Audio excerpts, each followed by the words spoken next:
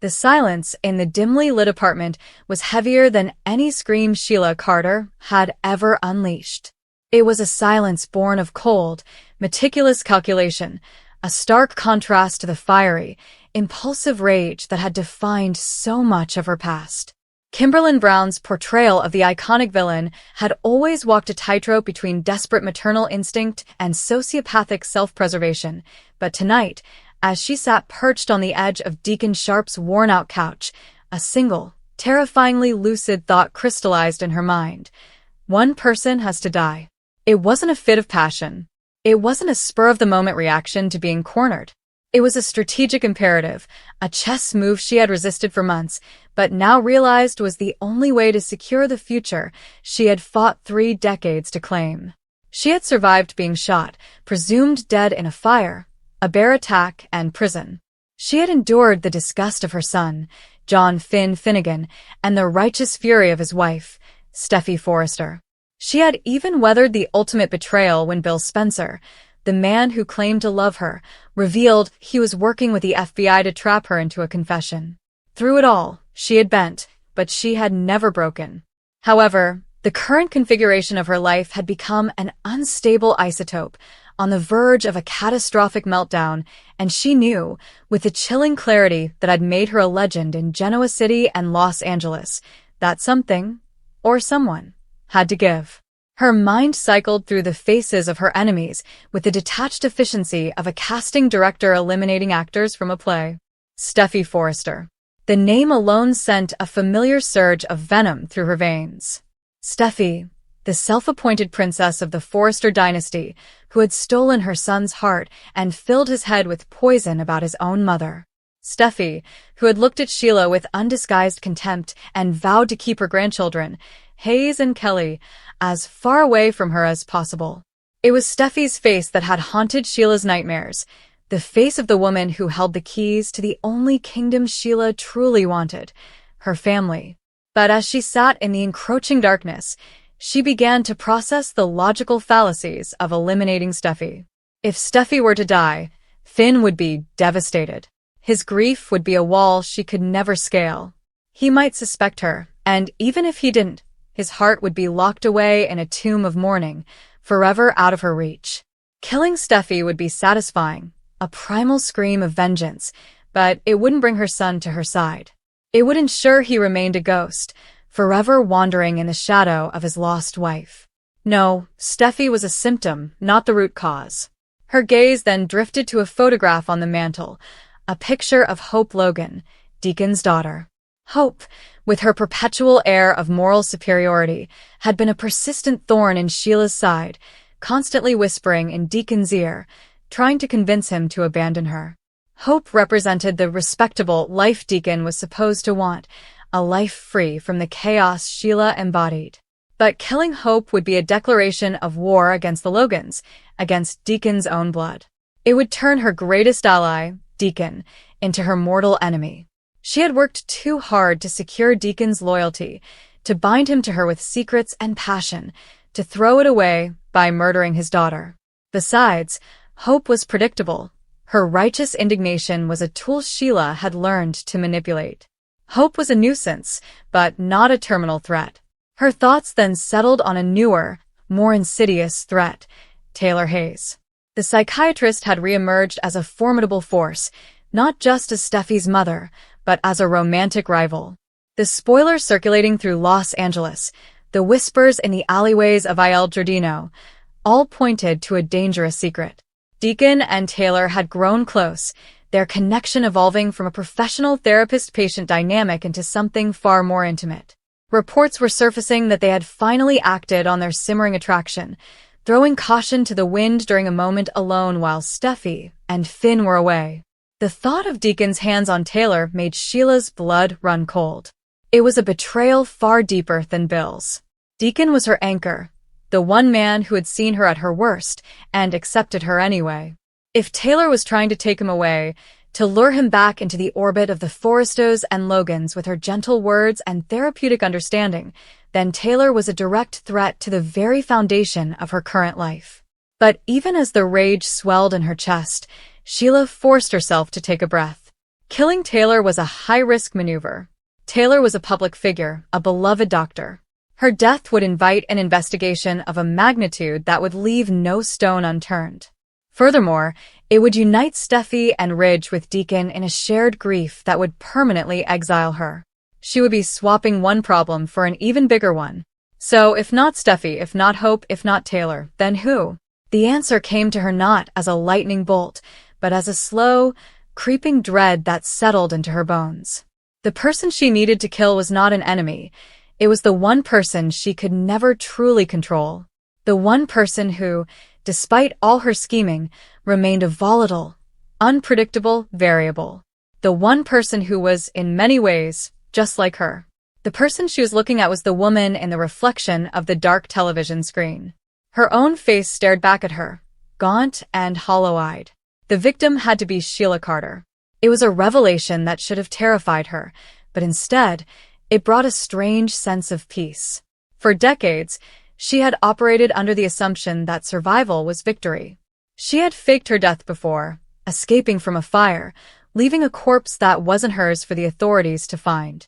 She had done it to escape prison, to escape Lauren Fenmore, to escape the consequences of her actions. But each time, she came back as the same person, Sheila Carter, the villain, the pariah, the woman everyone in Los Angeles loved to hate. She was a brand, and that brand was toxic. No matter how many times she saved a drowning child or played the doting grandmother, she was always one misstep away from being the prime suspect in a murder investigation, as she had been when Tom and Hollis were poisoned at Il Giardino. She was forever the outsider, the scapegoat.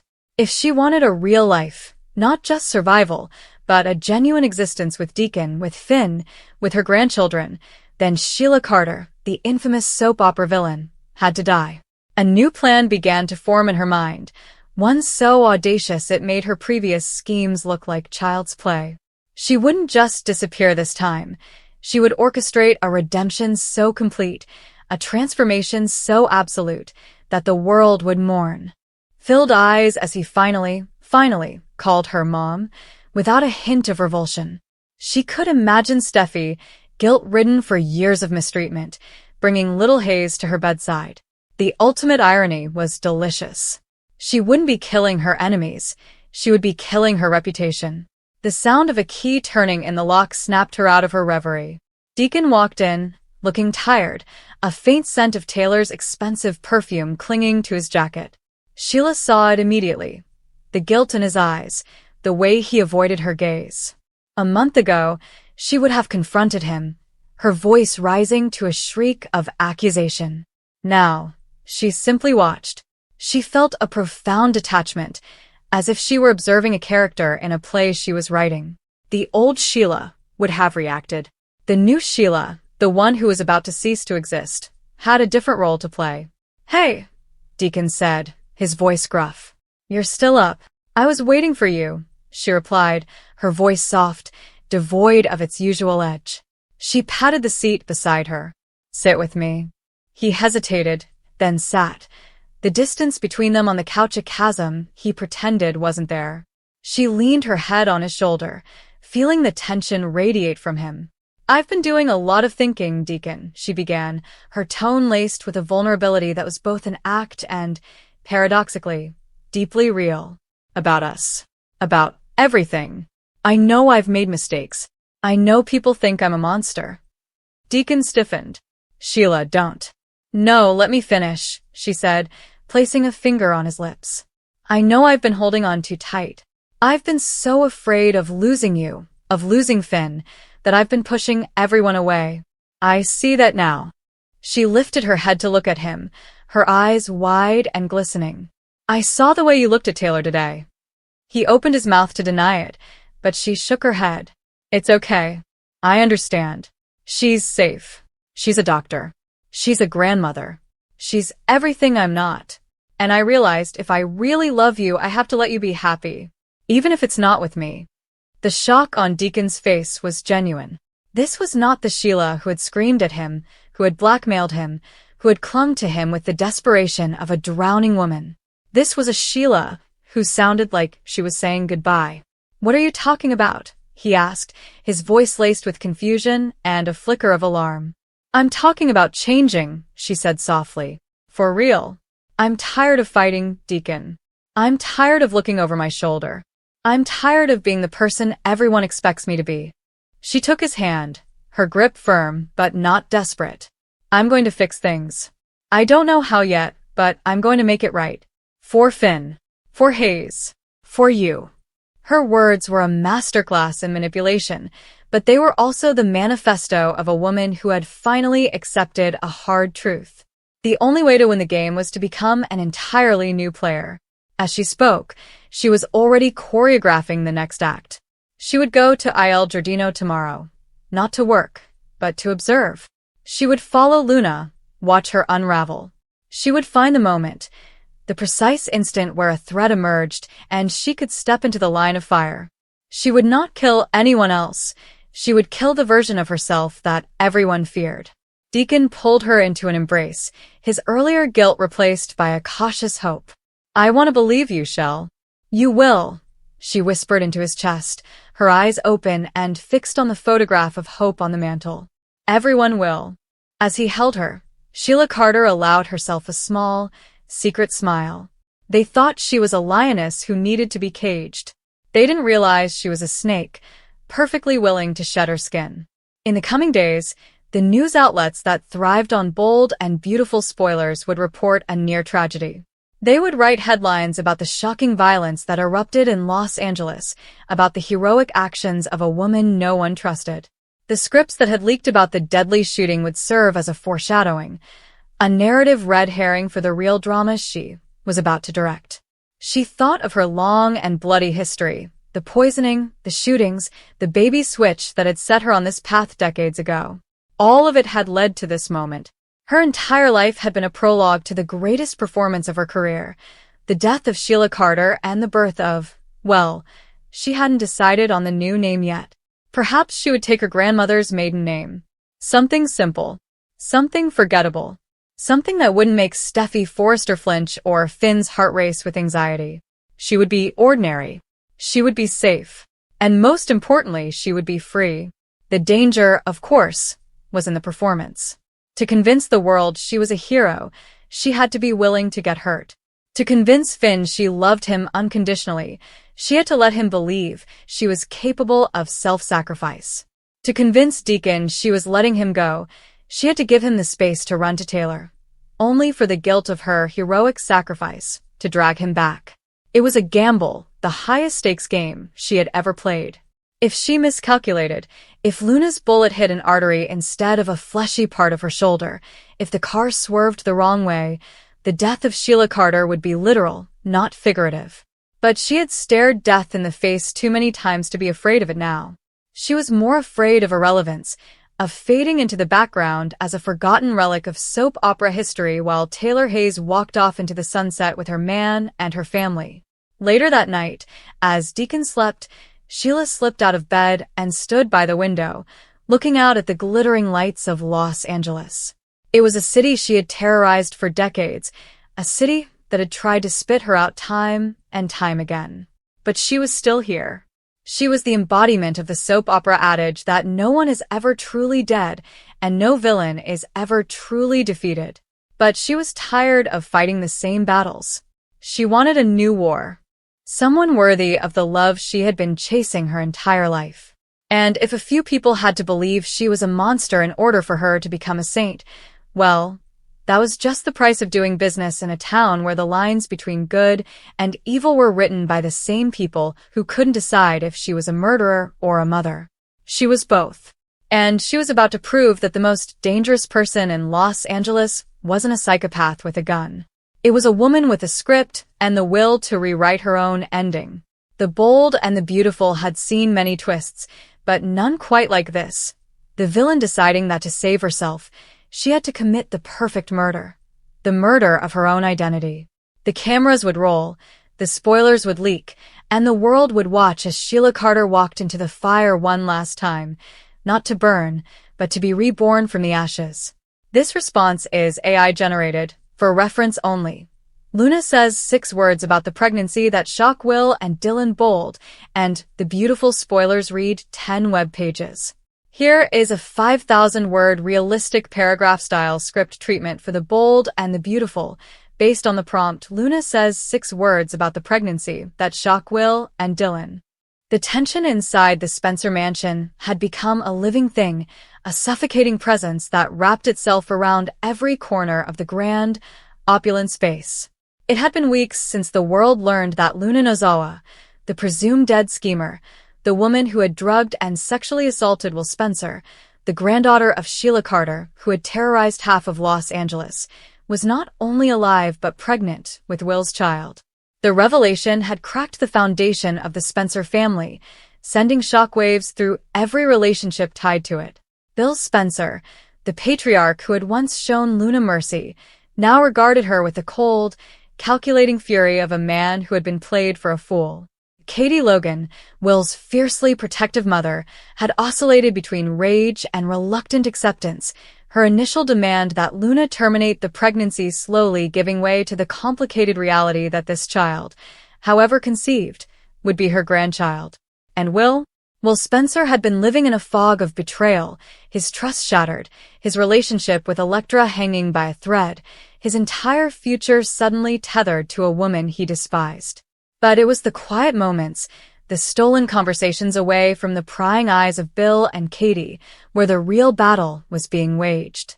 Dylan, the enigmatic woman who had grown close to Will in the aftermath of Luna's supposed death, had become his confidant, his anchor in the storm. She was the one who had helped him process the violation, who had listened without judgment as he struggled to make sense of how Luna had pretended to be Electra, how she had taken advantage of him while he was intoxicated and vulnerable. Their bond had deepened in ways neither of them had anticipated, and now, with Luna's return, that bond was being tested in ways neither of them had imagined. The day had started like any other, or what passed for normal in the Spencer household these days. Will had asked Dylan to meet him at the mansion while Bill and Katie were out, needing a moment of clarity before the next round of confrontations with Luna. They sat in the library, the afternoon light filtering through the tall windows, casting long shadows across the Persian rugs. Dylan's hand rested on Will's arm, a gesture of comfort that had become second nature between them. "You don't have to do this alone," Dylan said, her voice soft but steady. "Whatever she throws at you today, whatever demands she makes, you have people in your corner." Will exhaled slowly, running a hand through his hair. "I keep thinking there's got to be a way out of this. A way that doesn't tie me to her for the rest of my life." "There will be," Dylan assured him. "Your father's already talking about a paternity test, making sure it's done somewhere Luna can't tamper with it. Bridget's handling it personally. If that baby isn't yours." "She says it is," Will interrupted, his voice hollow. "She's so sure. That's what scares me." The sound of the front door opening made them both turn. Footsteps echoed through the foyer, deliberate and unhurried. And then Luna appeared in the doorway of the library, her hand resting protectively on her belly, a smile playing at the corners of her lips that didn't quite reach her eyes. Lisa Yamada's portrayal of Luna had always balanced on the knife's edge between vulnerability and menace, and today was no exception. She looked different than she had before her supposed death. Older, harder, the soft edges of the naive intern who had stumbled into the Forrester mansion replaced by something far more calculating.